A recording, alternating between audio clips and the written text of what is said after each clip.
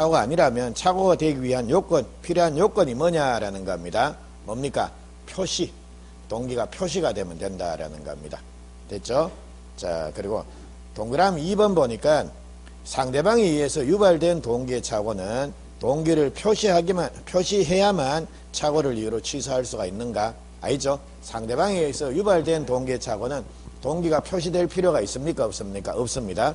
동기가 표시될 필요 없이 그냥 취소할 수가 있다라는 거, 그겁니다. 그거 말씀을 드렸고요. 그리고 아까 중요본의 착오에 해당이 되느냐 안 되느냐라는 거는 실제 중요본에 해당되는 거는 현경동일밖에 없습니다. 현황, 경계, 동일성 그거밖에 없습니다. 그 외에는 다 안 중요 부분이다라는 겁니다. 그래 말씀을 드렸고요.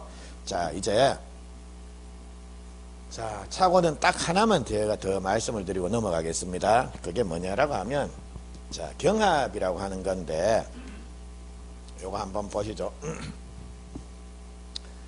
자, 우리 아까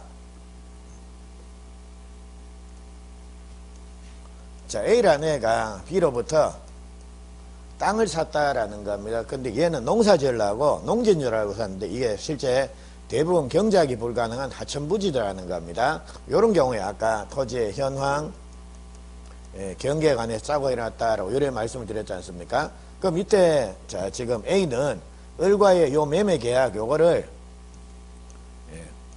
이거 착오다라는 걸 이유로 취소를 할 수가 있다라는 겁니다. 근데 마침 B라는 애가 이 지금 A와의 계약, 이 땅을 팔아먹을 때 사기쳤다라는 겁니다. 그러면 자, A는 요 계약 자체를 자, 중요본의 착오다라는 걸 이유로 취소를 해야 되는 겁니까? 아니면 사기다라는 걸 이유로 해서 취소를 해야 되는 겁니까? 즉 A는 사기를 당해서 땅을 하나 샀는데 땅이 이게 마침 현황 경계에 착오가 일어났다라는 겁니다. 중요 부분의 착오다라는 겁니다. 이런 경우 A는 B와의 계약 이거를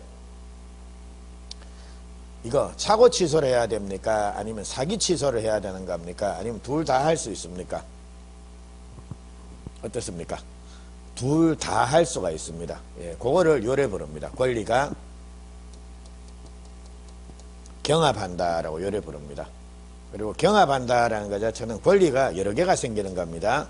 그리고 경합을 인정해주는 이유 자체는 그래야지만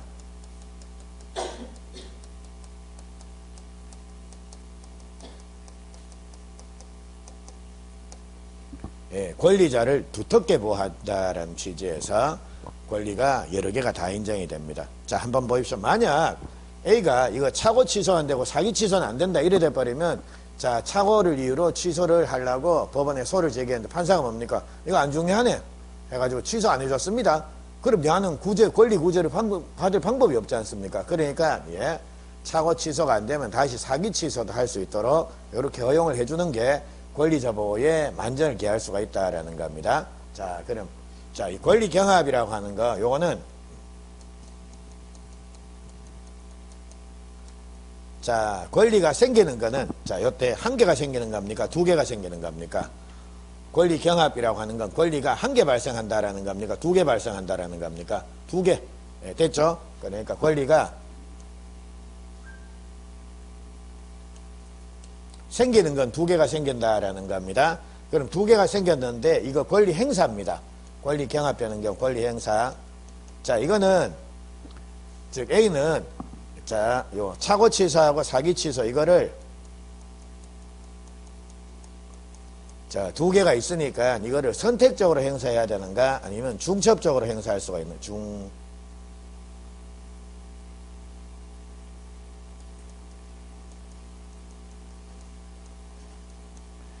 중첩적으로 행사할 수가 있느냐라는 겁니다. O, X, XO. 선택적으로 행사할 수 있어요.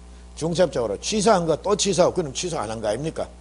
그래, 권리 두 개가 생겼으니까 그거를 두 번 취소할 수 있다라는 게 아니라 뭡니까? 선택적으로 이걸 하든지 관계없다. 대신 어느 하나를 통해서 취소라는 목적이 달성이 되면 다른 권리는 그냥 자동적으로 소멸돼 버린다라는 겁니다. 근데 자, 어느 하나를 행사했는데 취소를 못했습니다. 그럼 뭡니까? 다른 권리 또 행사할 수 있다라는 겁니다. 그리고 그거를 권리를 경합한다. 그리고 권리 경합의 경우에는 이처럼 선택적으로 행사할 수 있다라는 이런 표현을 합니다. 중첩적이라는 표현이 나오면 안 됩니다. 됐죠? 자, 그거. 그리고 또 하나. 자, 우리 교재에 그 54페이지에 쭉 나오는 내용인데 54페이지 잠시 한번 볼까요? 자, 그 6번입니다. 다른 제도와의 관계란 말 나옵니까? 예, 거기에 양괄로 1번, 양괄로 2번, 양괄로 3번에서 착오와 사기, 착오와 해제, 착오와 담보 책임에서 나오는데 결론은 전부 뭡니까? 경합, 경합, 경합, 경합. 요겁니다. 다 인정이 됩니다. 됐죠? 자, 그러면 1번 한번 봅니다.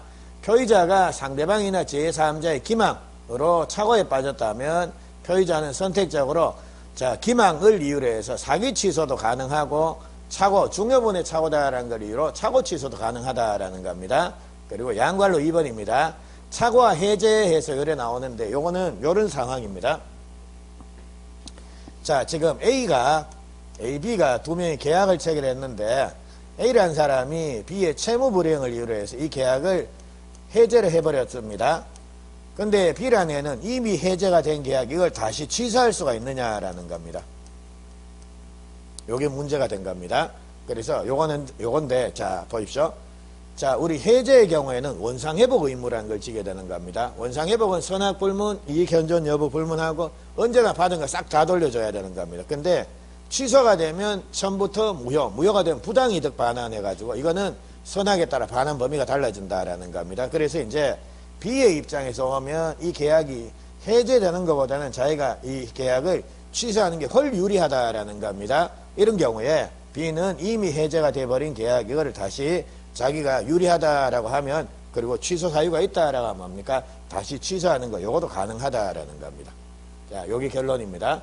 결국은 권리자를 두텁게 보아자. 권리자가 자기가 쓸 수 있는 권리가 있다라고 하면 뭡니까? 이거든지 저거든지 자기가 모든 걸 다 주장. 해볼 수 있는 건 다 해봐야 안 되겠습니까? 그래서 그 취지다라고 보시면 됩니다. 그리고 마지막으로 예를 들자면 자 집을 하나 샀는데 집에 비가 질질 새더라는 겁니다. 이런 경우에는 하자 담보 책임이라는 걸 물을 수도 있고요. 요게 성립하고 그리고 이게 뭐 마침 이게 또 중요분의 착오더라는 겁니다. 이런 경우에 착오 취소. 자, 요거는 자 어떤 걸 인정을 해야 되는가 요겁니다. 그래서 이거는 지금 착오를 일으켜서 집을 샀는데 근데 집에 비가 질질 새더라는 겁니다. 이때 자 하자 담보 책임이라는 걸 주장해야 되는가 아니면 착오를 이유로 취소를 해야 되느냐라는가 아니면 좋을 대로 선택할 수가 있는가 뭡니까? 선택할 수 있다. 그러니까 이게 좋으면 일로 가는 거고 이게 좋으면 일로 가는 거고 그리고 이거는 요건이 되는데 하자 담보 책임을 못 본다 그럼 이건 안 되는 거고 그리고 하자 담보 책임 비는 질질 새는데 그게 중요분이 아니더라는 거면 그럼 뭡니까? 이건 물을 수 있고 이건 안 되는 거고 그 말입니다. 그러니까 요건이 충족되면 충족되는 그것들은 다 권리가 다 인정이 되고 다 행사할 수가 있는 겁니다. 요건이 안 되면 안 되는 거고 그 말입니다. 그래서 지금 최근에 착오가 자꾸 나오는 게 요겁니다. 요가 관련돼서 지금 사기와 착오 요거 그리고 금방 말씀드렸듯이 이처럼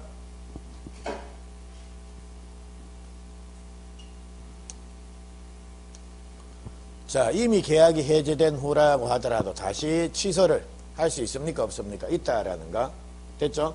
그러니까 자 나는 이거 해제되는 것보다는 난 취소하는 게 훨 유리하다라는 거 하면 그럼 권리자는 뭡니까? 나는 다시 취소할래 이게 가능한 겁니다. 그리고 자 마지막으로 착오 취소하고 담보 책임하고 이거는 자 제도 자체가 다르다라는 겁니다. 제도 자체도 다르고 효과 자체도 다르고 그리고 요건 자체도 다르니까요. 양자가 다 다른 제도니까 요건이 충족되면 이거 다 행사할 수 있고 이 요건 안 되는데 이 요건 되면 이것만 행사할 수 있고 그 말입니다. 그래서 자 요건이 되면 다 경합할 수 있습니다. 그게 결론입니다. 그러니까 최근에 이 판례하고 이 판례가 나왔기 때문에 지금 시험에 자꾸 출제가 되는데요. 근데 이건 어려운 거 없습니다. 어려운 거 없이 그냥 계속 보다 보면 착오는 항상 나왔던 게 나오는구나 라고 생각하시면 되겠습니다. 자, 그 정도 한번 봅니다. 자, 이렇게 해서 착오 끝냈고요. 자, 이제 넘어갑니다. 사기 강박인데 자, 일단 사기도 보십시오. 사기에 의한 의사 표시는 무효사입니까? 취소사입니까? 취소 사유다라는가 그거 하나 확인하시고 뭐 이것도 선의의 제3자 보호규정 나오는 거 똑같습니다. 자 그리고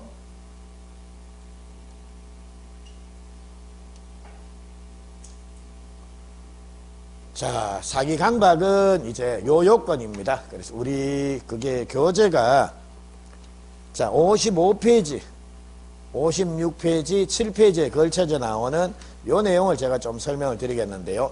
자 우리 사기가 되려 그러면 일단 사기는 이렇게 기망행위를 통해서 자 기망 우리 기만한다 그러지 않습니까? 쏙 굳는 겁니다. 그래서 기망행위를 통해서 착오에 빠지고 착오에 빠진 상태에서 이렇게 의사표시를 하게 된다라는 겁니다. 그리고 강박은 협박하는 겁니다. 예? 그럼 뭐 말 안 들으면 재미없어 해가지고 죽인다 뭐 이게 협박입니다. 그래서 강박은 이처럼 협박 강박 행위를 통해서 상대방이 공포심이 유발이 돼야 됩니다. 그래서 그 공포심이 유발된 상태에서 의사표시를 하게 되면 그게 강박에 의한 의사표시입니다. 그래서 사기 강박은 모두 다 취소할 수가 있다라는 거고요. 그리고 사기가 되려고 그러면 이렇게 이런 요건이 갖춰져야 되는데 일단 2단의 고의 내지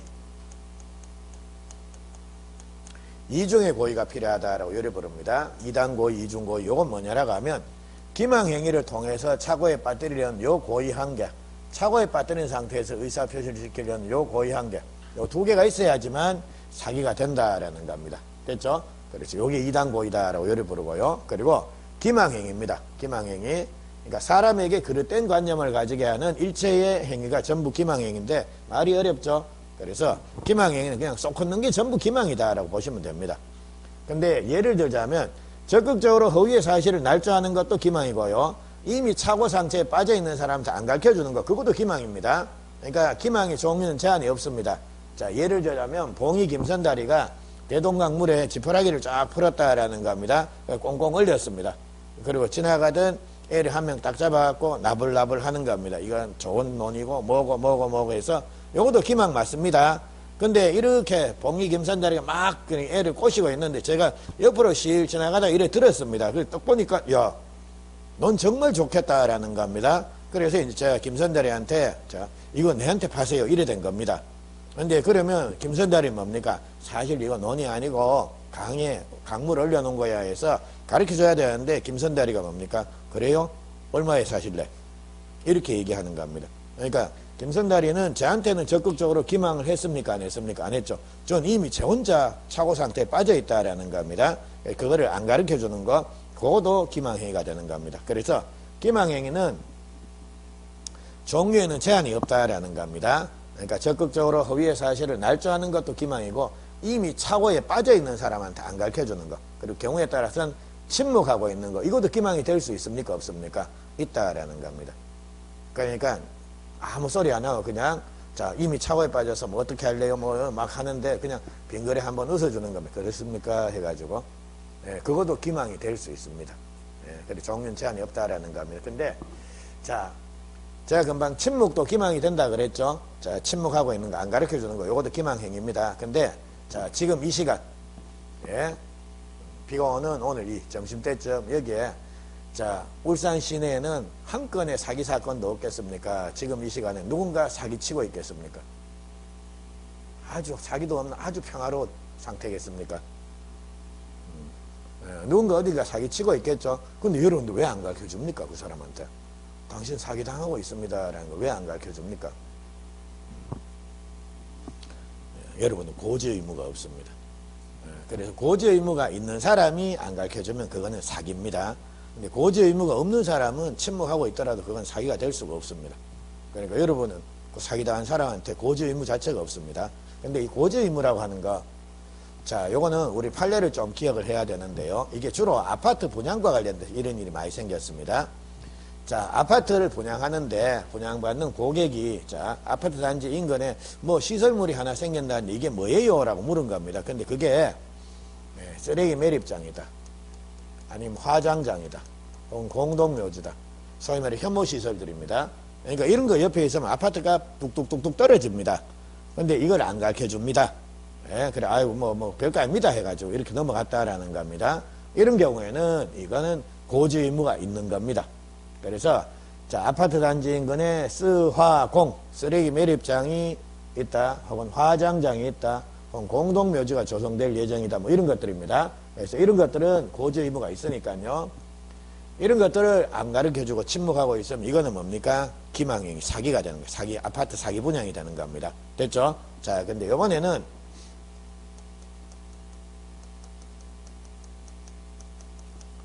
자, 교환계약 판례입니다. 교환계약. 교환이라고 하는 건 왜 우리 물물 교환한다 그러지 않습니까? 물건끼리 맞바뀌는 거. 그게 교환인데요. 자, 우리가 화폐 경제가 발생하고 난 이후에는 대부분 매매입니다. 사면 사지 교환 물건끼리 안 바꾸는다라는 겁니다. 근데 아직도 이 부동산과 관련돼서는 교환이 가끔씩 네 땅하고 내 땅하고 맞바꾸자. 또 네 아파트 내 아파트 맞바꾸자라는 그 교환 계약이 가끔씩 일어나는 모양입니다. 그래서 우리 시험 범위도 민법이 매매, 교환, 임대차 이렇게 세 가지 계약 종류를 우리가 배운다라는 겁니다. 근데 실제 교환은 그냥 매매하고 비슷하다라고 보시면 됩니다. 자, 근데 자, 교환 계약의 당사자. 제가 앞에 계신 분하고 아파트를 서로 맞바꾸기로 자, 교환 계약을 체결했다라는 겁니다. 자, 근데 이분이 저한테 묻습니다. 자, 그래. 당신 아파트 시세가 얼마쯤 합니까? 라고 물었다라는 겁니다. 근데 마침 옆집이 뭐 예를 들자면 한 3억쯤에 팔렸다라는 겁니다. 자, 이래 되면 저는 한 3억쯤 합니다라고 이렇게 제가 얘기를 할 것 같습니까? 아니면 몰라 한 10억쯤 할라나? 잘 모르겠는데. 자, 이렇게 말할 것 같습니까? 여러분 같으면 어떻게 대처할 것 같습니까? 아파트 얼마쯤 해요? 라고 물으면 막 불러야지. 한 100억쯤 할란가? 아유, 잘 한번 알아보세요 해서 이렇게. 그러니까 제가 100억쯤 합니다 라고 얘기하면 상대방은 뭡니까? 믿으면 그게 바보지. 그러니까 지가 답답하면 알아보겠지. 주위 시세가 뭐 3억밖에 안 하는데 네 집은 뭐 금발 났나 100억 하게 해서 당연히 이 생각이 들 거 아닙니까? 근데 그거를 믿고 100억 해요 해가지고 그럼 내 아파트도 100억인데 맞바꿉시다. 그럴 리가 잘 없을 겁니다. 그래서 이처럼 교환계약의 당사자는 상대방한테 대해서 시가를 고지해줘야 될 고지 의무가 있습니까? 없습니까? 없다라는 겁니다. 그래서 시가보다 다소 높은 가격을 시가라고 고지하더라도 이거는 기망행위가 된다 안 된다? 안 된다라는 겁니다. 됐죠? 여기까지입니다. 그래서 요거 자 확인하시고 그리고 자 기망행위 사람을 쏙 걷는다라고 해서 그 기망행위가 언제나 위법한 건 아니다라는 겁니다. 그래서 왜 우리 시장 가가지고 자 콩나물 살 때 아이고 뭐 한 주먹만 더 줘요 해가지고 그러면 그 파는 분은 뭡니까? 미치는데 뭐 이러지 않습니까? 혹은 뭐 1,000원만 빼줘요 뭐 이래 되면 뭡니까? 미치는데 그러면 또 1,000원 실실 빼주지 않습니까 또? 그럼 진짜 미치면 그 빼주면 안 되지. 예, 그러니까 우리가 어차피 그 시장 가게 되면 약간의 흥정이라고 하는 걸 하게 되니까요. 그러니까 그거 자체 쏙 걷는다라고 자체가 다 위법하진 않다라는 겁니다. 정도가 심해지면 그건 위법한 거죠.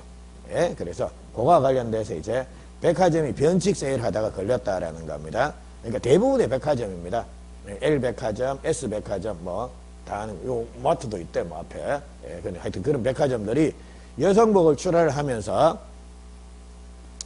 실제 금액을 100을 딱 붙여놓고 거기에 50% 세일해서 반값 세일해가지고 요렇게 지금 가격표를 붙여놨다라는 겁니다. 근데 실제로는 깎아준 겁니까? 하나도 안 깎은 겁니까? 안 깎은 겁니다.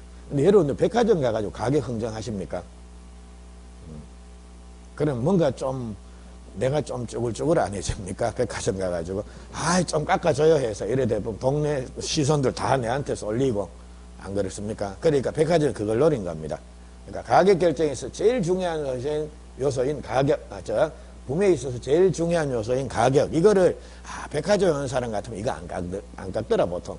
그거 보고 그 가격 마음에 들면 사는 거고, 마음에 안 들면 안 사는 거고, 보통 이렇게 되더라는 거. 그걸 백화점이 노린 겁니다. 그래서 이처럼 백화점 변칙 세일 사건에 있어서는 이거는 위법성을 인정을 했습니다. 그리고 실제 이게 사회 문제로도 됐습니다. 그러니까 그 뭐 예를 들자면 무슨 백화점 이사라든지 이런 사람들이 실제 막 징역형도 선고받고 그래 됐습니다. 예, 그래서 하여튼 백화점은 사기입니다. 앞으로 이제 백화점 갈 때 사기꾼 해가지고 그래 생각하십시오. 그리고 백화점 가지 마십시오. 사기입니다. 그거. 자, 그리고 분양 광고입니다. 예, 광고인데 자 우리 광고라고 하는 건 일반적으로 곧대로 얘기를 하면 사람들이 혹하지를 않습니다. 오지를 않습니다. 그래서 뭐 예를 들자면 뭐 아파트 같은 거 분양할 때 뭐 지하철역에서 도보로 2분 거리 뭐 그러지 않습니까? 실제 2분 걸으면 그 아파트 나올까요? 지하철역에서 2분 걸으면 안 나옵니다. 2분 걸으면 몇 발짝 걷는다고. 그래서 솔직히 2분 정도 거리에 떨어져 있으면 그 시끄러워갖고 못 삽니다. 지하철 왔다 갔다 다니는 소리 때문에. 예, 그래서 하여튼 근데 분양 지금 광고 계약은 자, 이 사람들이 첨단 오락타운을 조성해서 뭐 전문 경영한테 전문 경영을 맡기고 해가지고 어쩌고 저쩌고 뭐 몇 년 동안 확정 수익 보장하고 어쩌고 저쩌고 했다라는 겁니다. 근데 여러분 광고에 나오는 내용을 그대로 믿는 사람이 있습니까? 자, 예를 들자면 뭐 지금 하여튼 신문 같은 거 보면 전면 광고 같은 거 많이 나오대요. 그럼 뭐 유동인구 뭐 5천만 명 그러면서 우리나라 인구가 다 그 뭐 하루에 왔다 갔다 하는 모양입니다. 유동인구 매일 유동인구 뭐 몇백만 명 해가지고 그 뭐 초초 역세권 뭐 이래갖고 나오지 않습니까? 그거 진짜 고지고대로 믿습니까? 그래 잘 되면 그 뭐하러 분양합니까? 지 끼고 있으면 돈 떼돈 벌 텐데. 예, 그러니까 광고는 어차피 어느 정도 약간의 과장을 포함을 하고 있는 겁니다. 그래서 우리 판례는 분양 광고의 경우에는 그 정도가 진짜 심하지만 않으면 예, 이거는 위법성을 인정을 안 합니다. 그러니까 여러분들 나중에 자격증 따고 난 이후에도 예, 광고 막 해보십시오. 그럼 사기는 됩니다. 대신 사기는 안 되는데 예, 다른 법 규제에 의해서 과태료 처분받고 이런 거는 많이 봐줄 겁니다. 예, 자, 그래서 요 두 개 비교해서 보십시오. 자, 그리고 마지막으로 인과관계인데 인과관계는 반드시 객관적인 인과관계 필요 없이 주관적인 인과관계 네, 요거라도 뭐 합니다. 자, 아까 왜 객관적, 주관적에서 법에 보면 가끔씩 객관적이니 주관적이니 이런 표현들이 나옵니다. 객관적이라고 하는 건 일반인, 이 기준이 된다라고 보시면 되겠습니다. 예, 그리고 주관적이라고 하는 것은 행위자, 내가 기준이 된다라고 보시면 됩니다. 예, 주관적은 행위자, 당사자 기준이고 객관적은 일반인 기준이고 됐죠? 자, 그리고 요 인과관계라고 하는 거 요거는 뭐 반드시 객관적일 필요 없습니다. 주관적인 인과관계라고 농봉합니다. 그러니까 예를 들자면 자, 이거는 천지 기망행위를 통해서 착오에 빠질 상황이 아니다라는 겁니다. 근데 내가 빠졌다라는 겁니다. 예를 들자면 자, 한번 보십시오.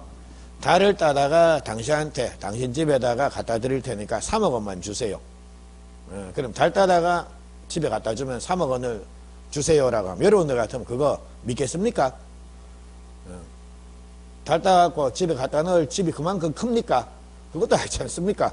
그런데 자, 제가 돈독이 올라가지고 3억 원 가지고 이 달 사면 나중에 뭐 추석 때나 이럴 때 하루씩만요 인당 1,000원씩 이래 받고 보여주면 몇 년 안 돼갖고 야 이거 거저 먹겠네.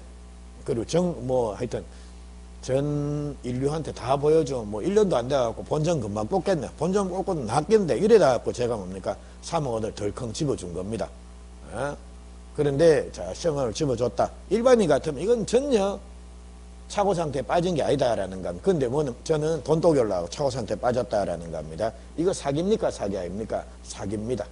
예, 그래서 이처럼 인과관계라고 하는 것은 반드시 객관적일 필요 없습니다. 주관적인 인과관계를 구합니다. 그래서 자, 기망행위를 통해서 요게 원인이 돼서 요런 결과가 나왔는데 요게 인과관계라는 건데 이거는 반드시 일반인들은 자, 달 따 3억 원에 달 따드릴 테니까 돈 주세요라고 하면 그거 당할 사람 없습니다. 근데 제가 당했다라는 겁니다. 그럼 제 입장에서는 그건 사기 당한 거 아닙니까? 그러니까 취소가 되는 겁니다. 그래서 그게 요 의미입니다. 주관적인 인과관계라도 무방하다라는 거 그거 됐고요. 자, 기망행위도 똑같습니다. 2단의 고의 내지 2중의 고의가 필요하다라는 겁니다. 그리고 죄송합니다. 강박행위도 그리고 강박행위도 종류 불문입니다. 그러니까 뭐 예를 들자면 적극적으로 자 뭐 협박하는 거, 즉 말 안 들으면 재미없다, 죽인다 뭐 이런 것들도 강박행위인데 경우에 따라서는 침묵하고 있는 거 이것도 강박이 됩니까 안 됩니까? 침묵 그건 강박이 될까요? 그것도 됩니다. 네, 다 됩니다. 다. 네, 그러니까 침묵을 통해서 공포심만 유발이 되면 그거 전부 다 위법한 강박행위입니다. 자, 예를 들자면 제가 집에 전화도 안 하고 3일 동안 외박을 했다라는 겁니다. 예, 그래서 이제 3일째 되는 날 이제 뭐 돈도 떨어지고 옷도 갈아입어야 되고 해가지고 집에 들어갔다라는 겁니다. 평소 같으면 벨도 누르기 전에 막 뭐 날아오고 난리 난다라는 겁니다. 근데 하루만 외박해도 그런데 자, 근데 한 3일쯤 외박하고 떡 들어가니까 자, 집에서는 조용한 음악이 흐르고 그리고 식탁에 보니까 밥이 다 차려져 있고 집사람이 온화한 미소를 지으면서 아이고 고생 많으셨습니다. 샤워하고 예, 식사하세요 라고 해서 예, 저를 뭐 인도를 하더라는가, 밥상으로 인도를 하더라는 겁니다. 그럼 밥 먹으면서 자, 밥이 제대로 들어가겠습니까? 소름이 쫙 끼치겠습니까? 아, 이거 뭐 안 그렇습니까? 예, 그러니까 예, 강박행위 종류에도 제한이 없습니다. 침묵도 강박이 될 수 있다라는 겁니다. 근데 강박의 정도에 따라서 자, 일반적으로 협박 자체가 나의 의사결정을 제한하는 정도다. 의사결정의 자유를 제한한다라고 하면 예, 요거는 취소 사유인데 자, 의사결정의 자유가 완전히 박탈될 정도다라는 겁니다. 예, 요거는 무효 사유가 됩니다. 그러니까 예를 들자면 자, 여러분하고 저하고 계약을 체결한다라는 겁니다. 근데 여러분이 계약 장소에 와가지고 계약을 또 체결하려고 하다가 마음을 바꿔서 아이고 난 안 할래요 해가지고 도장 안 찍고 간다라는 겁니다. 그래서 제가 뭡니까? 어허 도장 안 찍고 나가면 재미없어 애들 푼다 해가지고 여러분들이 쫄았다 순간적으로 쫄았다라는 겁니다. 그래서 도장 찍었다. 이래 되면 이거는 의사결정의 자유가 제한되는 정도입니다. 네? 그래서 이건 취소할 수가 있는데 자, 여러분이 도장 안 찍고 나갈 때 제가 여러분들 목에 탈을 탁 들이대는 겁니다. 손을 억지로 당겨가지고 도장 찍게 만들었다라는 겁니다. 이래 되면 이거는 반항하면 어떻게 되겠습니까? 그냥 죽습니다. 예, 그러니까 그 정도가 된다라고 하면 그 강박은 뭡니까? 무효입니다. 그냥 취소사유가 아니라. 그래서 강박은 그 정도에 따라서 이렇게 무효가 되기도 하고 취소가 되기도 한다라는 거. 됐죠? 예, 그래서 요 정도의 판단을 하시기 바랍니다. 요래 보시면 되겠고요. 자, 요 강박행위도, 자, 강박행위 자체가 위법해야 되는데, 그거와 관련돼서 고소하겠다, 고발하겠다. 예, 당신 내가 범죄를 저지르는 거 봤으니까 당신 고소해버리겠다, 고발해버리겠다. 이것도 위법한 강박이 되느냐라는 겁니다. 고소, 고발입니다. 근데 고소, 고발은 원칙적으로, 자, 이거는 적법한 형사 절차를 얘기해 주는 거니까요. 예, 그래서 고소, 고발은 원칙적으로 위법한 강박행위가 아니다라는 겁니다. 다만, 야가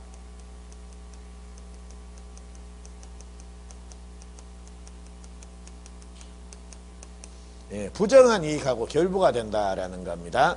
자, 이래 되면 이거는 위법한 강박이 될 수 있습니다. 즉, 자, 예를 들자면 이겁니다. 여러분이 어떤 범죄를 저지른 현장을 제가 목격을 했다라는 겁니다. 그래서 제가, 당신 범죄 저질렀으니까 난 고소하겠다.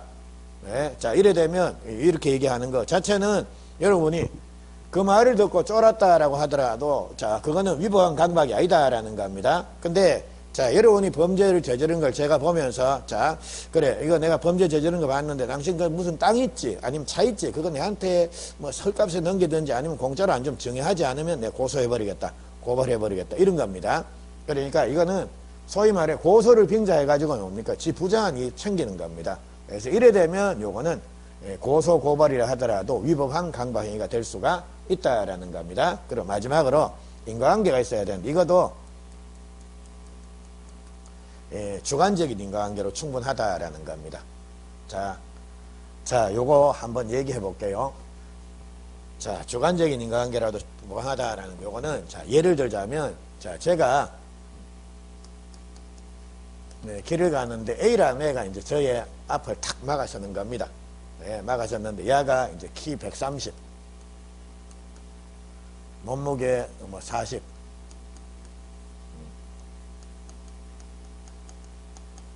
오늘 내일 합니다. 딱 보기만 해도 아이고 저 인간 오늘 내일 가겠구나 라고 해서 자 몹시 체격도 뭐 왜소하고 이렇다. 40kg 많습니까? 그럼 30할게. 요런 애입니다. 그러니까 뭐 하여튼 저한테 요 정도 초등학교 뭐 한 1, 2학년 정도 그 정도밖에 안 된다라는 겁니다. 그런 애가 저한테 와가지고 뭡니까? 아저씨 까만 동사 50만원 안 사면 재미없다 이렇게 얘기를 한 겁니다. 그래서 처음에는 제가 야가 자 아저씨 까만 동 50만원 사 안 사면 재미없다 라고 얘기를 해가지고 제가 뭡니까? 공포심을 느낀 게 아니라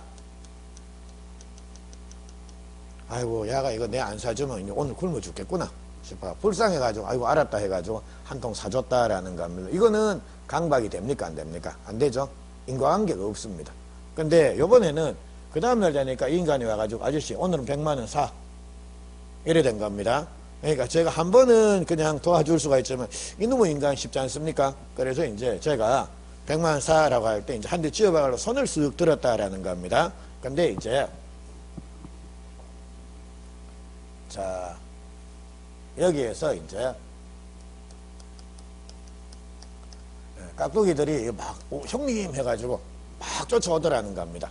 예? 그래서 제가 순간적으로 쫀 겁니다. 오, 진짜 애들 풍 모양이구나 라고 순간적으로 쫄았다라는 겁니다.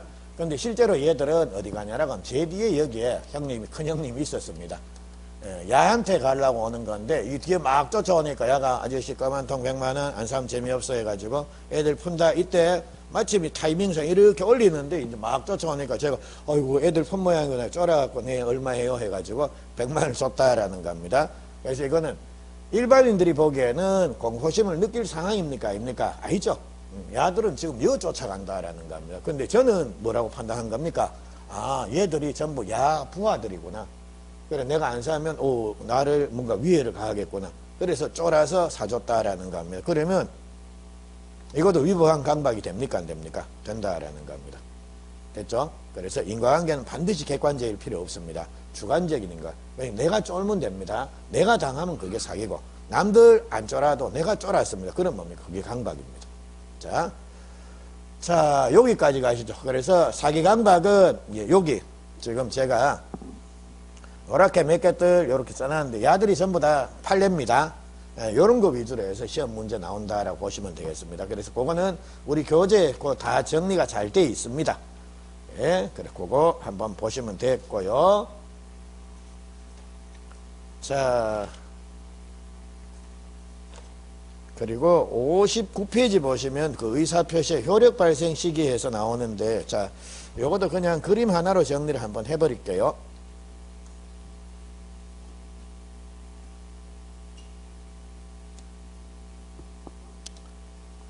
자, 우리 민법 110조를 보시게 되면 의사표시의 효력 발생 시기와 관련된 법 조문이 나오고 있습니다. 자, 그럼 이제 요 조문들인데, 그냥 여기, 요 밑에 있는 요 그림 가지고 한번 정리해보죠. 자, 여기.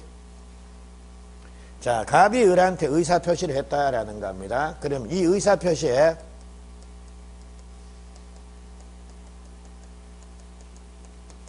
효력 발생 시기는 원칙적으로 도달주의가 원칙입니까? 발신주의가 원칙입니까?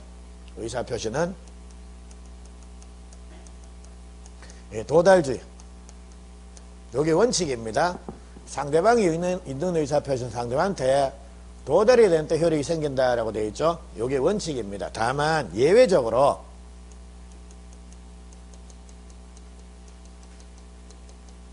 즉 도달된 때가 아니라 발신, 보내기만 보내면 효력이 생기는 경우도 있다라는 겁니다. 요게 요겁니다. 531조 격승발.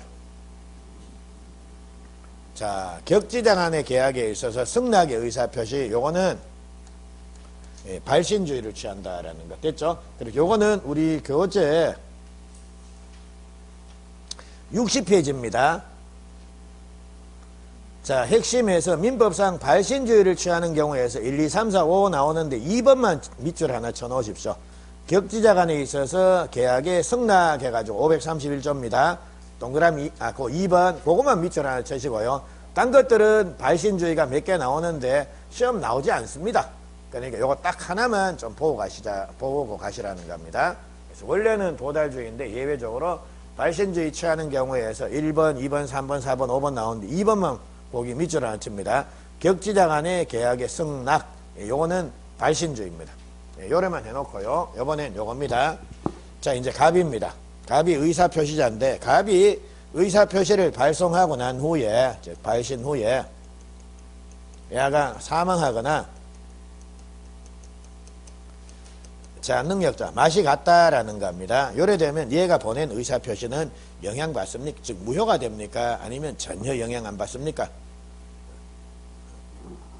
의사표시자가 그 통지를 발송한 후에 사망하거나 자, 능력자가 돼도 그 의사표시에게는 전혀 영향이 있다 없다? 없다라는 겁니다. 요거는 요 조문이 그대로 나옵니다. 그래서 의사표시를 보낸 사람이 의사표시를 보낸 후에 사망하게 되면 그 의사표시는 효력을 잃는다 라고 해서 이렇게 틀린 지문으로 자주 나옵니다. 효력이 있습니까? 전혀 영향 안 받습니까? 영향 안 받습니다. 자, 됐고요. 요번에 이제 야 한번 보죠. 상대방. 야가 의사표시를 받는 애인데, 즉, 수령하는 애인데, 야가 미성년자입니다. 즉, 제한 능력자다라는 겁니다. 요래 되면 어떻게 되느냐라는 겁니다. 그래서 이제 야가 미성년자다라고 하면 갑은, 즉, 의사표시를 보낸 사람은 을한테 대해서, 자, 너 의사표시가 받았지 않느냐라고 해서 도달을 주장할 수가 있습니까? 없습니까? 없다라는 겁니다. 근데 이 사람의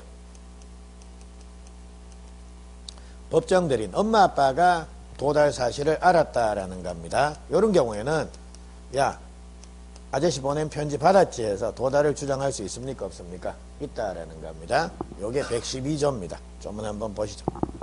자, 제한능력자에 대한 의사표시의 효력에서 의사표시의 상대방, 이 의사표시를 받을 때 제한능력자다, 즉 미성년자인 경우에는 의사표시자 갑은 그 의사표시로서 대항을 할 수가 없다라고 되어 있죠. 예. 근데 다만 그 상대방의 법정 대리인이 의사표시 도달 사실을 안 후에는, 즉 알았다라고 하면 그때는 대항할 수가 있다, 즉 도달을 주장할 수가 있다라는 겁니다. 그래서 그게 자 112조 요거를 해석을 하면 요래 됩니다. 즉 의사표시자 갑은 을이 미성년자다라고 하면 얘한테 의사표시 도달을 주장할 수는 없다라는 겁니다. 근데 요 사람의 법정 대리인이, 즉 을의 법정 대리인이 도달 사실을 알았다라는 겁니다. 악입니다. 요런 경우에는 도달을 주장할 수가 있다라는 요런 조문이 나옵니다. 그래서 의사표시의 효력 발생 시기는 요렇게 그냥 조문 놔두고 111조, 112조 해석입니다. 네, 그래서 요 정도만 한번 보시면 됩니다. 자, 요렇게 해서 제일 어려운 파트를 보셨습니다. 의사표시라는 부분을 보셨는데요. 이제는 상대적으로 조금 수월할 겁니다.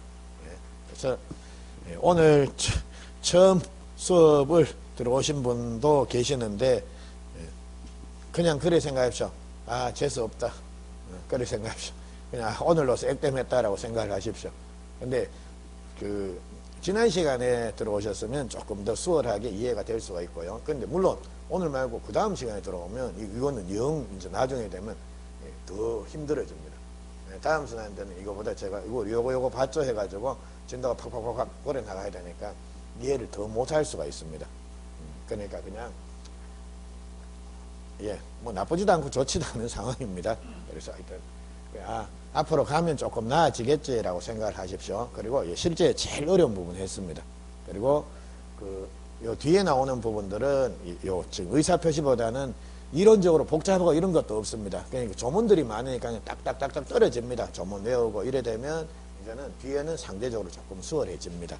예. 자, 예.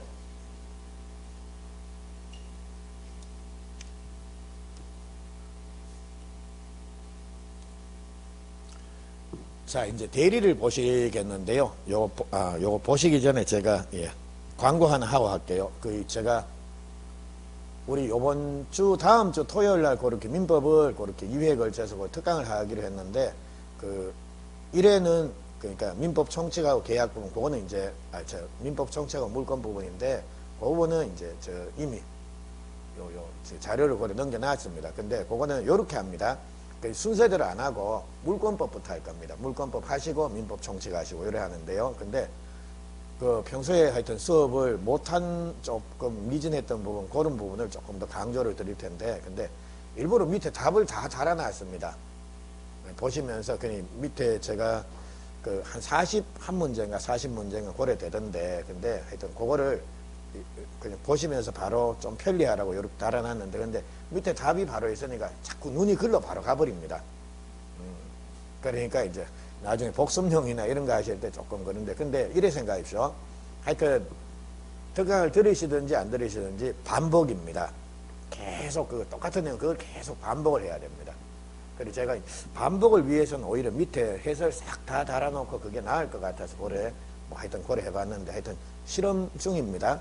근데 그렇게 하여튼 40문제 그것만 계속 반복하시게 되면 물권법하고 민법 총칙 부분에서는 뭐 뛰어난 점수는 아니겠죠. 물론 반복이 계속된다라고 하면 이제는 쉽게 합격점까지 쉽게 올라올 수가 있는데요. 그러니까 제가 문제도 임의로 낸 게 아니라 그냥 기출 문제들입니다. 기출 문제를 그냥 그 해설 좀 추가해가지고 안 나온 게 뭐고 나온 게 뭐고 해서 그렇게 좀 설명을 고려 드릴 예정인데 하여튼 필요하시면 그렇게 들으십시오. 들으시도록 하고 하여튼 뭐 들으시든지 안 들으시든지 만약 들으신다면 반복입니다. 계속 반복. 그러니까 40문제 정도 같으면 그거 마음만 먹으면 하루에 안 보시겠습니까? 그러니까 그거를 처음에는 뭐 하루에 안 되고 이틀씩 이래 되더라. 나중에 되면 지문을 계속 눈에 익혀 넣으면 이거 뭔지 몰라도 이렇게 찍습니다. 그러니까 우리 시험도 진짜 운전면허같이 똑같이는 안 나오는데 비슷합니다. 계속 문제를 내다 보니까요. 그러니까 비슷한 형태로 그려나옵니다. 그러니까 똑같은 걸 계속 반복하시게 되면 이거 어디서 봤는데 라는 게 느낌이 딱 옵니다. 그래 되면 수월하게 이제 한 20문제 정도는 그냥 답만 이렇게 찍고 한 20문제는 긴가민가 해가지고 생각도 좀 해야 되고 그래 되는 겁니다. 근데 40문제를 전부 긴가민가 해가지고 이래 찍어대면 그건 점수가 잘 안 나옵니다. 근데 어느 정도는 점수가 나오기 위해서는 약간은 외워야 됩니다. 문제 자체 지문을 이렇게 보다 하면 외워집니다. 자꾸 반복적으로 보시게 되면 고래 한번 접근하시죠. 자, 그러면 이제 대리입니다. 대리는 실질적으로 시험이 제일 많이 출제가 됩니다. 그러니까 우리 민법 총칙이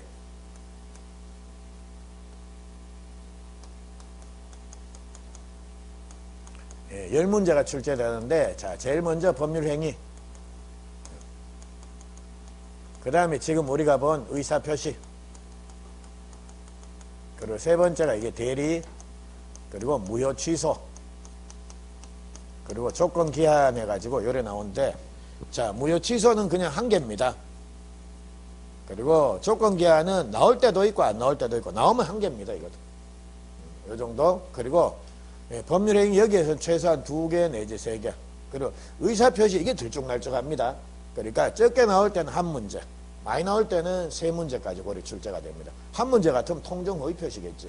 그리고 2문제, 3문제 이래 늘어나면 착오다 혹은 사기강박이나 이런 것들이 살살 그렇게 나올 텐데요. 근데 요것도 대충 한 2문제 정도 이래 보시면 됩니다. 그리고 대리 부분은 상대적으로 보십시오. 2개, 뭐 1개 해도 이거만 해도 6개 정도밖에 안 되지 않습니까? 그러니까 이어서 한 4개. 자, 4개, 3개, 4개 이쯤은 여기에서 출제가 된다라는 거 상대적으로 많이 나옵니다. 그런데 많이 나온 이유 자체가 여기에는 조문이 그만큼 많습니다. 그러니까 조문이 많으니까 문제 내기가 좋다라는 겁니다. 그래서 요 부분을 조금 더 좀 집중적으로 보시는데요. 대신 요 부분은 조문이 많으니까 내용이 막 깊이 있게 들어가고 막 이해 복잡하고 이런 건 없습니다. 그냥 단순 암기용 정도로 그래 생각하시면 되겠습니다. 자, 그러면 대리는 요래 생각하십시오. 자, 우리 일단 갑이라는 애가 자, 병하고 매매 계약을 이렇게 체결하고 싶다라는 겁니다. 그러면 이제 요 계약 체결하면 이제 등기해주고 이렇게 대금 받고 요래 하면 되는데 사람이라고 하는 건 어차피 장소적인 시간적인 제한을 받을 수밖에 없다라는 겁니다. 그래서 예를 들자면 얘가 지금 중동에 나가 있는 애인데 자, 지금 전쟁 나가지고 움직이지를 못한다라는 겁니다. 근데 자, 갑이라는 애가 국내에 있는 부동산을 처분을 좀 하고 싶다라는 겁니다. 그러면 지가 들어와 가지고 계약을 체결하면 되는데 지금 비행기가 안 떠갖고 지금 들어올 상황이 못 된다라는 겁니다. 그럼 영 처분을 못 하게 되는가? 그건 아니다라는 겁니다. 그래서 이런 경우에 갑이 국내에 있는 뭐 자기 배우자나 자기 친제나 자기 뭐 친구나 이런 사람한테 자, 내 대신에 내 집 좀 팔아주세요라고 해서 이렇게 위임장을 얘한테 하나 건네주면요. 야가 이 위임장 들고 이렇게 매매 계약을 체결할 수 있지 않습니까? 이래 되면 얘가 국내에 오지 않더라도 마치 국내에서 지가 계약 체결과 한 것과 같은 효과를 만들어낼 수가 있다라는 겁니다. 이게 바로 대리라고 하는 겁니다. 그래서 대리라고 하는 것은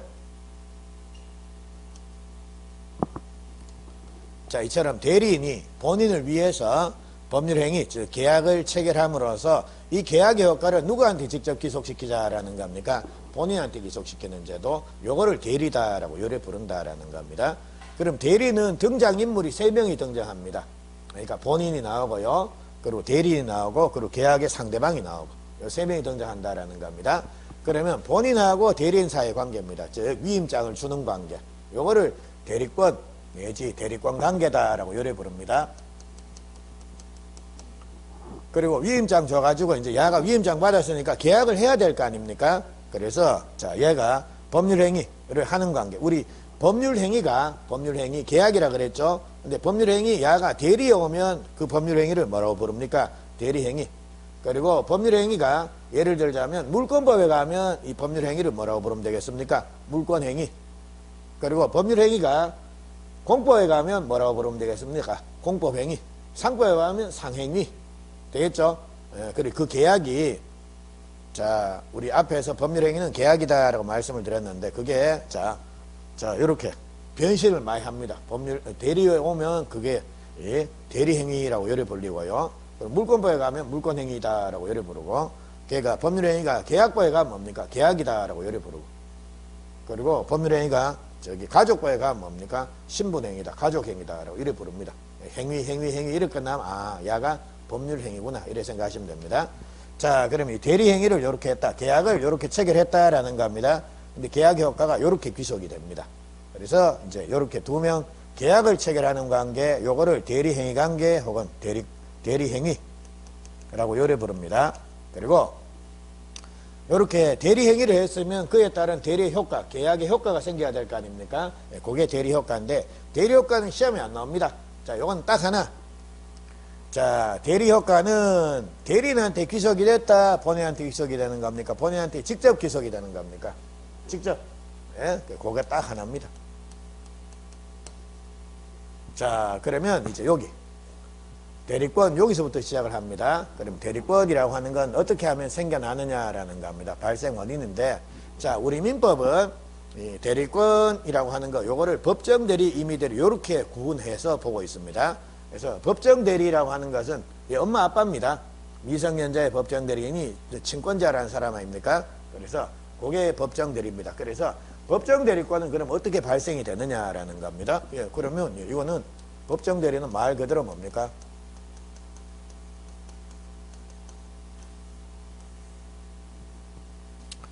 법률 규정에 의해서 법정대리권은 발생이 된다라는 겁니다. 법률 규정의 준말이 법정입니다. 그러면 예를 들자면, 자, 법정대리권의 발생 원인은 가족법의 규정을 상세하게 두고 있습니다. 그래서, 자, 얘가 좀 그런데, 표현이 좀 그런데, 옛날에 왜 이제, 우리 최진실이라고 하는 사람이 있었지 않습니까? 최진실하고 조성민하고 결혼을 했다라는 겁니다. 그럼 애들이 태어났지 않습니까? 애들에 대한 법정대리는 누가 된다라는 겁니까? 부모가 되는 게 원칙입니다. 근데 가들이 이혼했지 않습니까? 그러면 대리권을 행사할 누군가를 뽑아놔야 된다라는 겁니다. 최진실이가 했습니다. 최진실이 죽었습니다. 그럼 이제 누가 되는 겁니까? 조성민이.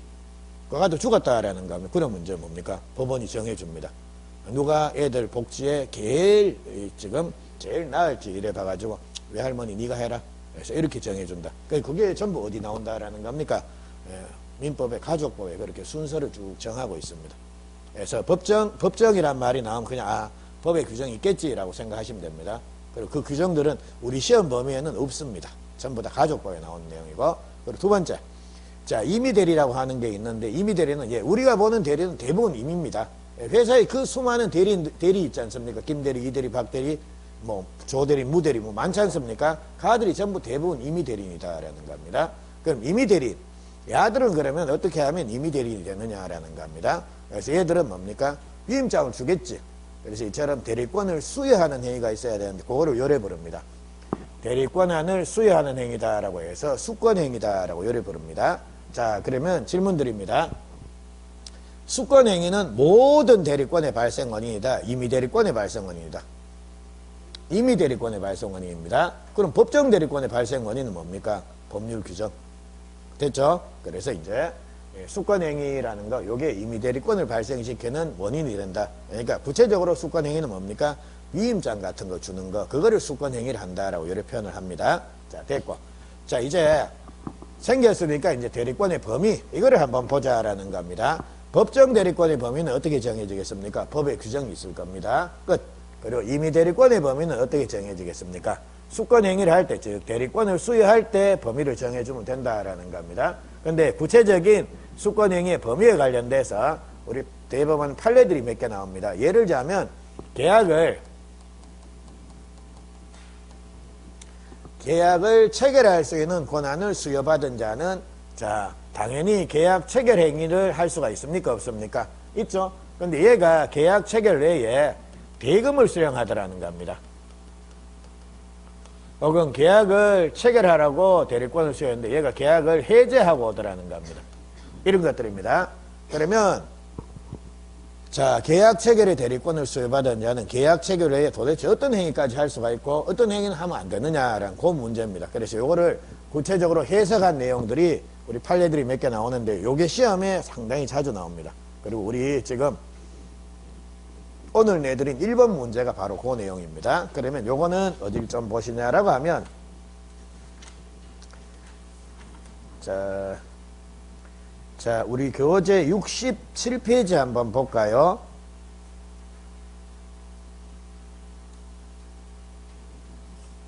자, 그 전에 자, 65페이지 보시면 제2절 대리권에서 요래 나오면 제목 찾으셨습니까? 제2절 대리권이란 말 나옵니까? 그럼 이 대리권은 누구와 누구 사이의 관계입니까? 요거 야, 두 명 본인과 대리인 사이의 관계 요거를 대리권이라고 요래 부릅니다. 그래서 자, 그거 됐고 그리고 네모 2번 보니까 대리권의 발생 원인에서 나오죠. 대리권의 발생 원인. 자, 밑줄 치지 말고 그냥 이거 눈으로 따라오시면 됩니다. 대리권의 발생 원인이 뭡니까? 됐죠? 수권행위하고 법률 규정이다라는 거. 그거만 확인하시면 됩니다. 예, 그리고 넘어오셔서 66페이지 오니까 네모 3번 해가지고 대리권의 범위와 제한이란 말 나옵니까? 예, 그래서 이제 이 범위하고 제한 요걸 보는데 이제 범위가 나옵니다. 범위는 법정 대리권의 범위는 법률 규정, 임의 대리권의 범위는 뭡니까? 수권행위 해석을 하는 겁니다. 요게 지금 67페이지 보니까 그 박스에 1번부터 6번까지 쭉 나오죠. 자, 그럼 우리 1번 한번 볼게요. 매매계약을 체결할 대리권을 수여받은 대리인은 특별한 사정이 없는 한 계약 체결 외에 중도금, 잔금과 같은 대금을 수령할 수 있는 권한도 있습니까? 없습니까? 있다라는 겁니다. 자, 그리고 2번에 보니까 매매계약 체결과 이행에 관한 포괄적인 대리권을 수여받은 자입니다. 포괄적인 대리권자는 매매대금 지급 기일을 연기해 줄 수 있는 이런 권한도 있습니까? 없습니까? 있다라는 겁니다. 근데 동그라미 네모가 아니라 4번입니다. 대여금을 수령할 대리권에는 즉 대여금을 받을 수 있는 빌려준 돈 좀 받아오세요라는 이런 권한에는 대여금의 일부를 면제해 줄 수 있는 권한. 즉 대리인이 가가지고 자 원래 야 대여금 1억 좀 받아오느라고 했는데 대리인이 가가지고 뭡니까? 됐어 9천만 원 줘 1,000만 원 퉁. 이건 됩니까 안 됩니까? 안 되죠. 예, 그래서 이처럼 대금의 일부를 면제해 줄 수 있는 이런 권한은 없습니다. 자, 그리고 6번 한번 볼까요? 예금 계약의 체결을 위임받은 자가 가지는 대리권에는 당연히 그 예금을 담보로 대출을 받거나 이를 처분할 수 있는 권한, 이거는 당연히 포함됐다고 볼 수가 있다 없다? 없다라는 겁니다. 그러니까 예금 계약만 체결 좀 해주세요 라고 했는데 그거를 예금 계약 체결하고 담보대출 받고 처분하고 이런 것들은 그 범위를 넘어선 겁니다. 그래서 이제 이런 판례들인데 이것들은 대충 요 정도 감을 잡고 실제 문제를 통해서 계속 익히셔야 됩니다. 그러니까 뭐 67페이지 의미 없이 이거 본다고 실력 느는 거 아닙니다. 예, 그러면 기본적으로 요겁니다. 자, 체결, 즉 하라고 보낸 애는 하는 거 됩니다. 하고 받고 돈 받고 이런 것까지는 되는데요. 깨는 건 됩니까 안 됩니까? 안 된다라는 거. 그 정도 감을 갖고 시작을 하시죠. 자, 그러면 우리 오늘 프린트물 한번 보십시오. 1번 문제.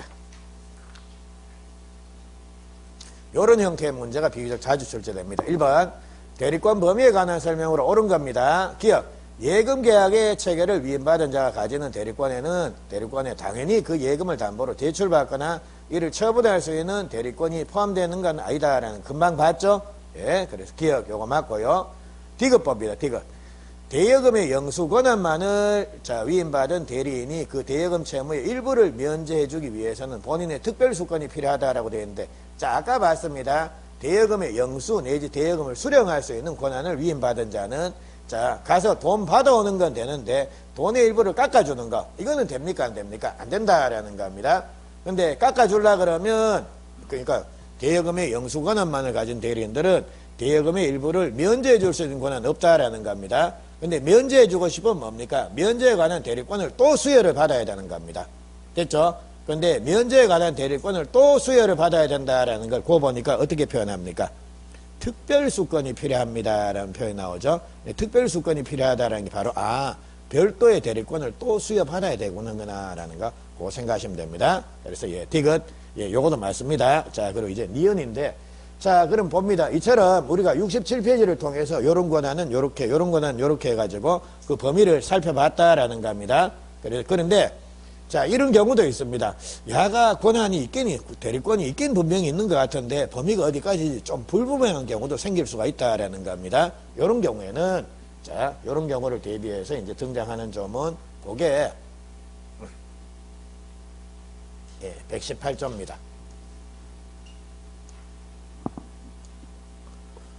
자, 118조를 보니까 대리권의 범위에서 권한을 정하지 않는 대리인들은 다음 각호의 행위만 할 수 있다라고 이렇게 나오죠. 요게 우리 교재 67페이지입니다. 중간쯤 해가지고 요게 나오는데 요거를 요렇게 한번 만들어 보십시오. 자, 이처럼 권한 범위가 정해지지 않는 대리인들은 요로 대기할 수 있습니다. 1호 뭡니까? 보존행위, 2호가 보존행위, 그리고 이용 또는 계량하는 행위 요거 할 수 있는데 보존행위 뒤에다 요래 씁니다. 무제한 요래 쓰시고요. 그리고 1호, 2호 보존행위하고 이용, 계량행위 요걸 묶어갖고 요래 씁니다. 관리행위라고 요래 쓰시고요. 그리고 처분행위 해가지고 X 해서 요래 만들어 놓으십시오. 118조를 요래 만드십시오. 즉 권한 범위가 정해지지 않는 대리인들은 관리행위를 할 수가 있습니다. 그리고 관리행위 중에 보존행위는 무제한적으로 할 수 있습니다. 그리고 관리행위 중에 이용 또는 계량하는 행위는 대리의 물건이나 권리의 성질이 변하지 않는 범위 내다라고 하는 일정한 범위 내에서 할 수가 있다라는 겁니다. 근데 권한 범위가 정해지지 않는 대리인들은 처분행위는 할 수 있습니까? 없습니까? 없다. 됐죠? 그래서 요거는 조문을 요렇게 좀 봐놓으십시오. 요렇게 정리를 하십시오. 자, 요거 해놓고 1번 갑니다. 우리 프린트물 1번에 니은 지문 보십시오. 자, 권한을 정하지 않은 대리에는 대리의 목적인 물건이나 권리의 성질이 변하지 아니하는 범위에서 이를 이용 또는 계량하는 행위를 할 수 있다라는 거. 요것도 맞죠? 그래서 1번 문제 요거는 기억, 니은, 디귿 세 개가 다 맞습니다. 5번이 답입니다. 그거 됐고. 자, 그러면 우리가 이제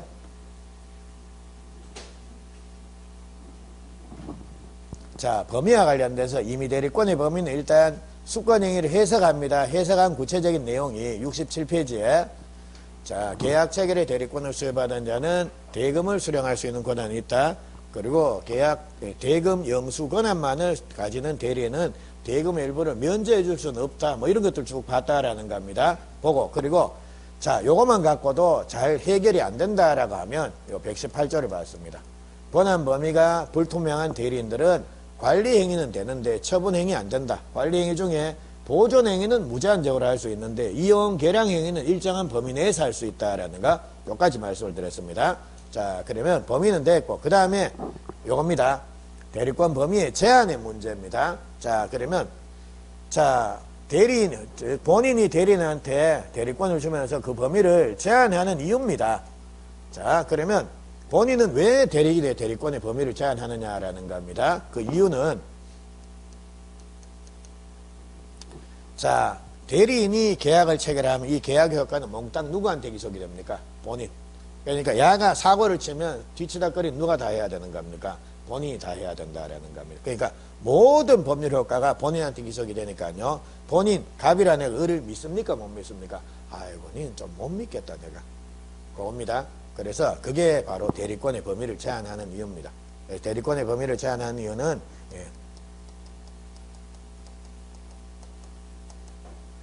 본인이 자기 스스로의 이익을 지키기 위해서 본인이 이익 보호가 목적이다라는 겁니다.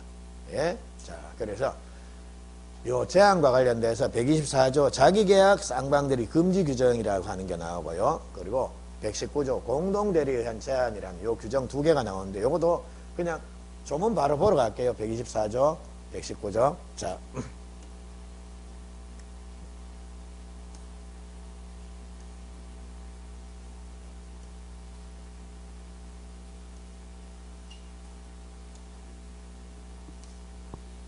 자, 124조 자기계약 쌍방대리 해서 요래 나옵니다. 그럼 자기계약 쌍방대리 요게 뭐냐라고 하면, 자, 아까 왜 갑을병 생각해 보십시오. 자, 지금 본인이 갑, 대리인이 을, 상대방이 병입니다. 그래서 갑이 자기 집에 대한 처분에 대한 권한을 을한테 수여를 해줬습니다. 그리고 을이 이제 위임장 받아갖고 병하고 이렇게 매매계약을 체결합니다. 그래서 보통은 이런 매매계약, 즉 대리행위는 요래 일어납니다. 갑의 대리인 을, 그리고 상대방 병 해가지고 요렇게 두 명 사이에 계약이 일반적으로 체결이 된다라는 겁니다. 근데 자, 갑이 을한테 권한을 수여합니다. 야, 이 집 좀 팔아줄래? 위임장 하나 줄게 해서 권한을 수여했다라는 겁니다. 근데 을이라는 애가 딱 받으니까 이 집이 너무 마음에 들더라는 겁니다. 그래서 을이 지가 한쪽은 갑의 대리인 자격에서 지가 한쪽은 상대방이 돼서 계약을 체결해버렸다라는 겁니다. 이게 자기계약입니다. 그럼 자기계약이 체결되면 이건 10중8구 누구한테 유리한 계약이겠습니까? 을지한테. 그러니까 본인 갑한테는 불리한 계약일 수가 있다라는 겁니다. 그리고 이번에는 자, 을이라는 애가 병으로부터도 권한을 수여받았습니다. 야, 집 한 채 좀 구해줄래? 요래 된 겁니다. 갑은 집 좀 팔아줄래? 을은, 병은 뭡니까? 집 좀 사줄래? 이래 된 겁니다. 그러니까 을이 뭡니까? 잘 됐네 해가지고, 을이 한쪽은 갑의 대리인 자격에서, 한쪽은 병의 대리인 자격에서 계약을 체결했다라는 겁니다. 요게 쌍방대리입니다. 이쪽 저쪽 다 대리하는 거. 그러면 쌍방대리의 경우에는 갑이 될지 병이 될지는 잘 모르겠지만, 자, 을한테 밑비 냅니다. 밥 덜 사줬다든지 혹은 술값 안 내고 날랐다든지 이런 애들입니다. 야는 뭡니까? 이제 피 보는 겁니다.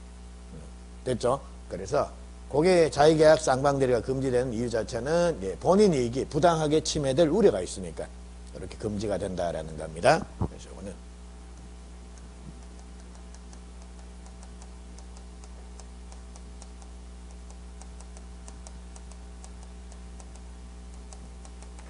본인 이익이 부당하게 침해될 우려가 있으니까 허용이 안 됩니다. 그런데 예외적으로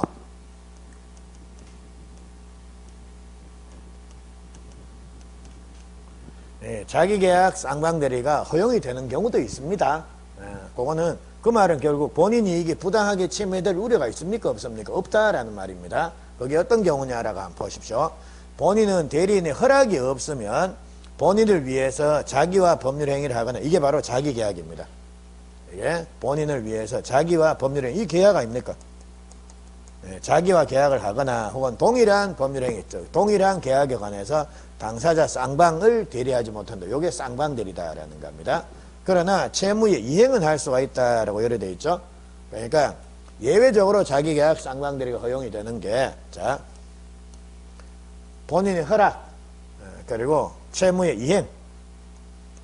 북한에서는 이행을 리행이라고 요래 부릅니다. 그래서 허리, 요래 두 개입니다. 허리에 해당이 되면 요거는 자기계약 쌍방대리가 가능하다라는 겁니다. 그리고 본인이 허락해줬다라는 건 본인 이익이 부당하게 침해될 우려는 없지 않습니까? 본인이 자기 스스로 아이고 그래 니 멋대로 해봐. 자기 스스로 이익 지키기를 포기한 거 아닙니까? 그리고 쌍방대리라고 하는 게 자, 저 쌍방대리, 자, 요거는 자, 예를 들자면 이겁니다. 우리 법무사들이 매매계약 체결을 하게 되면 이전 등기 법무사들이 해주지 않습니까? 근데 법무사들이 자, 매수인 법무사 따로, 매도인 법무사 따로, 빌란 애들은 그래 부르는 경우도 있습니다. 뭐, 빌라다고 표현해서 좀 그런데 하여튼, 그렇게 부르는 경우도 있습니다. 근데 그 돈을 그렇게 나눠버리면 돈이 얼마 안 됩니다. 그래서 그 법무사들도 뭐 그게 뭐 암묵적인 룰인지 잘 모르겠는데 그래 쌍방대리 이쪽 저쪽 쌍방이 전부 다 각각 법무사 풀고 나온다라고 하면 대충 아유 그냥 웬만하면 그쪽 법무사 쓰세요 해가지고 한쪽한테 그래 몰아줍니다. 가급적이면 쌍방대리를 하게 만드는 겁니다. 그래야지 돈이 되거든요. 진짜 왔다 갔다 해가지고 뭐 연락에 발바닥에 땀나게 막 쫓아다녔는데 뭐 남는 게 뭐 지금 뭐 20만 원 남는다 30만 원 남는다. 그래 되면 그 짓을 하겠습니까? 아이고, 그냥 차라리 그쪽에서 그래. 법무사 온 그거 그냥 부탁해가지고 등기하세요 해가지고. 그래 되면 이제 100 단위로 안 넘어가겠습니까? 그래, 100, 200 뭐 이렇게 넘어갈 수 있으면 그 정도는 돼야지 하루 일당이 그 정도는 나와야지 법무사들이 안 움직이겠습니까? 자, 법무사들이 생각보다 돈 많이 법니다. 그게 그 카드 법무사들이 그러니까 옛날에 우리 중개업 그러니까 하여튼 거래가 정말 활성화되고 소위 말해 왜 과열 그러면서 막 올라가지 않습니까? 그래 되면 거래가 많이 될 때는 중개사들이 그 소위 말해 중개 수수료나 중개 보수를 한 건 하면 제법 많이 받지 않습니까? 그런데 법무사들은 그 야금야금 모아갖고 가들이 그러니까 우리는 한 건 해가지고 배짱이처럼 그냥 한 달씩 두 달씩 그리 지내는데 법무사들은 개미처럼 야금야금 조금씩 해가지고 가들이 정말 돈을 제법 많이 버는 모양입니다. 그러니까 어떤 애들은 변호사보다 더 그렇게 버는 사람들도 제법 많더라고요. 그렇습니다. 그냥 예. 그리고 요거 자 자쌍은 안 되는데 허리에 해당이 되면 된다라는 거 요거. 그리고 그 다음 공동대리한 제한이 119조인데 자 요 조문 잘 보십시오. 대리인이 여러 명 수인인 때에는 공동대리가 원칙입니까? 각자 대리가 원칙입니까? 각자 대리 됐죠? 그러니까 이거를 흔히 대리인이 수인인 때는 공동으로 본인을 대리한다라고 해서 틀린 식으로 자주 나옵니다. 근데 각자 대리가 원칙입니다. 근데 법상 공동으로 대리를 해야만 하는 경우도 있긴 있습니다. 그게 바로 부모입니다. 친권자들. 그러니까 미성년자의 대리인으로서 계약을 체결할 때는 부모가 이혼 안 하고 있다. 이래 되면 야들은 부부 공동, 그 부모 공동 명의로 대리인, 법정 대리권을 그걸 행사한다라는 겁니다. 근데 그거는 예외적인 경우고, 그런 친권자들이 법정 대리권 행사하는 경우 외에 대리인이 여러 명이 있으면 뭡니까? 각자 대리가 원칙입니다. 공동 대리 원칙 아니다라는 겁니다. 거기까지입니다. 자, 요렇게 보시면 요겁니다. 자기계약 쌍방대리는 본인 이익을 부당하게 침해할 우려가 있으니까 금지가 된다. 대신 본인 허락, 단순한 채무 이행 이런 것들은 허용이 된다라는 거. 그리고 공동대리한 제한해가지고 요거는 대리인이 여러 명이 있으면 공동대리가 원칙이다. 각자 대리가 원칙이다. 각자 대리가 원칙입니다. 그러니까 제목이 교재에 보면 대충 이래 제목을 뽑아놓는 경우가 많습니다. 그러니까 헷갈립니다. 공동대리가 원칙인지 잘 헷갈린다라는 겁니다. 근데 119조는 그냥 조문 하나 그거 다 합니다. 예? 자, 그리고 이번에는 여기까지 한번 볼게요. 대리권 소멸 사유 해가지고 127조, 128조에서 이렇게 127조에 대리권 소멸 사유, 공통된 소멸 사유 4개가 나옵니다. 그리고 128조에 임의 대리권 특유의 소멸 사유가 이 2개가 더 나옵니다.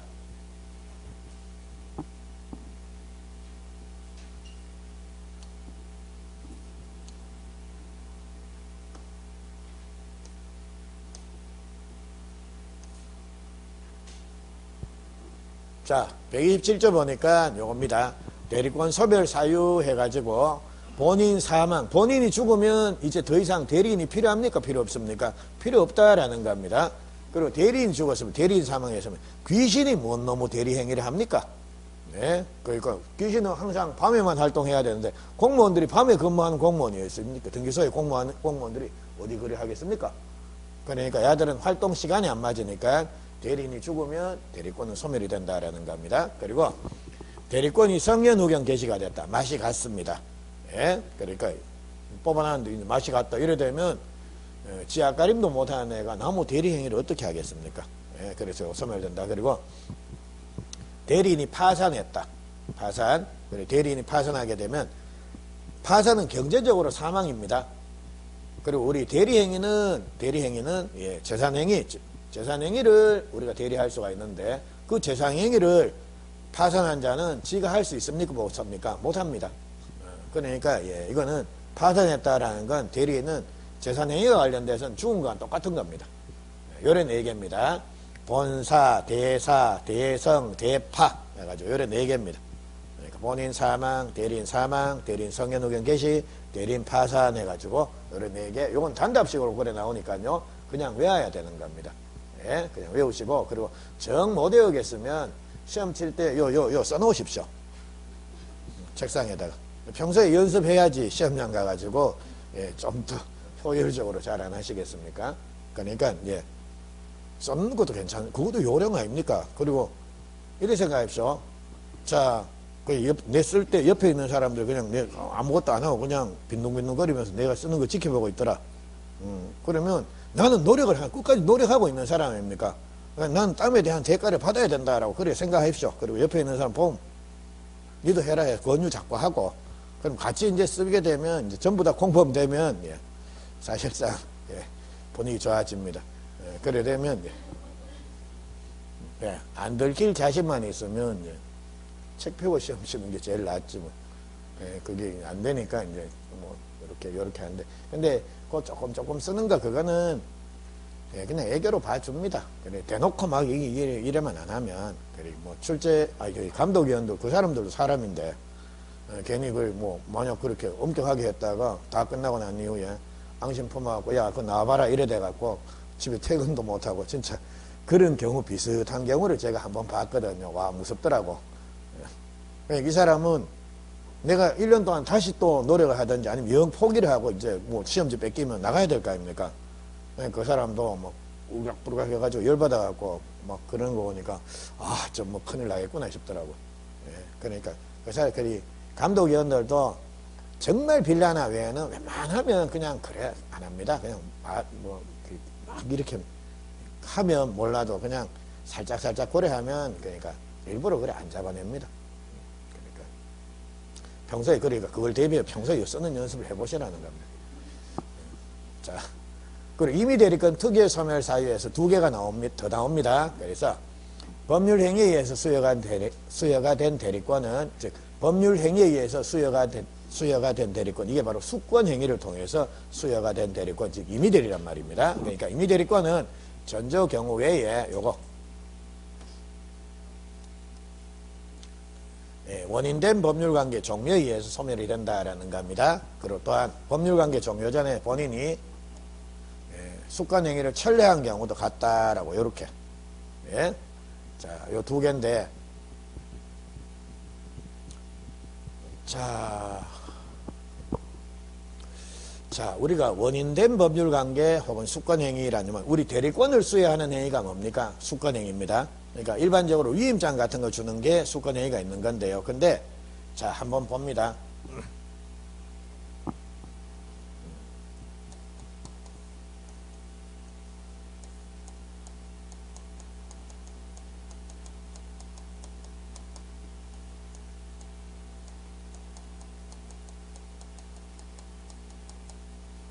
자, 우리가 위임 계약을 맺고 위임장을 교부를 해줬다라는 겁니다. 예, 그래서 위임 계약은 이 계약입니까? 단독행위입니까? 계약입니다. 근데 이처럼 위임장을 교부하는 이 소위 말해 수권행위라고 하는가? 요거는 단독행위입니다. 법률상. 그러니까 성질이 다릅니다. 근데 우리가 흔히들 인식 못합니다. 그냥 하나를 섞여서 이렇게 자 지금 행해지기 때문에 잘 인식을 못하는데 엄밀하게 보면 위임 계약하고 위임장을 교부하는 행위하고는 다릅니다. 자, 한번 보십시오. 예를 들자면 B라는 사람이 즉 A가 누구냐라고 하면 A가 자동차 회사입니다. 그리고 B가 이제 자동차를 판매하는 영업사원입니다. 그럼 영업사원은 자동차 회사하고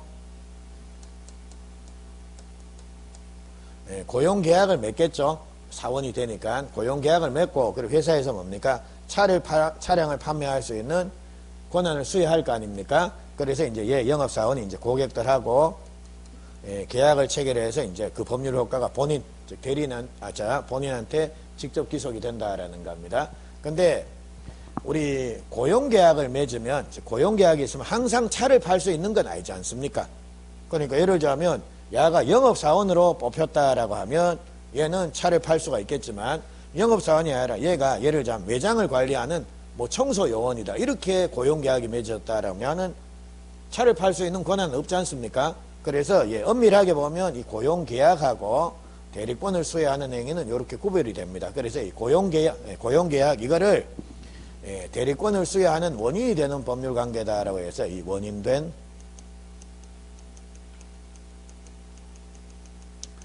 법률관계라고 열을 부르고요. 요거 위임장 주는 거 요거를 수권행위라고 열을 부릅니다. 그러면 보십시오. 자동차 회사에서 야를 차량을 판매시키기 위해서 영업사원을 한 명 고용했습니다. 그리고 차량을 팔 수 있는 권한을 수여해줬다라는 겁니다. 그럼 이렇게 원인된 법률관계가 있고 수권행위 요 두 개가 있습니다. 근데 이제 얘가 자 차를 하도 못 팔아가지고 얘가 지금 회사에서 고용계약을 해서 잘라버리려고 그랬다라는 겁니다. 그래 만약 얘가 잘려버렸다. 여러분 더 이상 차를 팔 수 있는 대리권이 있습니까? 없습니까? 없겠죠. 잘렸다라는 건 원인된 법률관계가 종료가 됐다라는 겁니다. 근데 얘가 잘리기 전에 회사에 막 비는 겁니다. 나 잘리면 안 돼요 해가지고 그러니까 나는 집에 가면 토끼 같은 애들도 있고 뭐 하여튼 뭐 해가지고 막 읍소를 하는 겁니다. 그래서 내가 더 이상 차는 내가 실력이 없어갖고 차는 못 팔겠지만 이제 차 대신에 내가 매장을 열심히 청소하는 청소를 하겠다라고 이래 된 겁니다. 그러니까 회사에서 뭡니까? 그러자. 그러면 고용계약은 유지하되 니는 더 이상 차 팔면 된다 안 된다? 안 된다. 그러니까 수권행위만을 처리하는 경우도 있다라는 겁니다. 그래서 개념상 요리 구별이 되는데 실제로는 잘 인식을 못합니다. 그래서 여러분들 그냥 원인된 법률관계 종료 수권행위 처리해서 기계적으로 어이구 왼수해서 이렇게 두 개를 외우십시오. 예, 본인 사망 그러니까 본사 대사 대성 대파 어이구 왼수 해가지고 요래 외우면 이게 소멸사유들입니다. 자 요렇게 요 네 개 두 개 해서 요렇게 암기를 하십시오. 자 예, 여기까지 하시고 우리 조금 쉬시고 이어서 예, 요거 이제 다 보셨으니까 여기서부터 이어서 좀 보실게요. 조금만 쉬고 가시죠.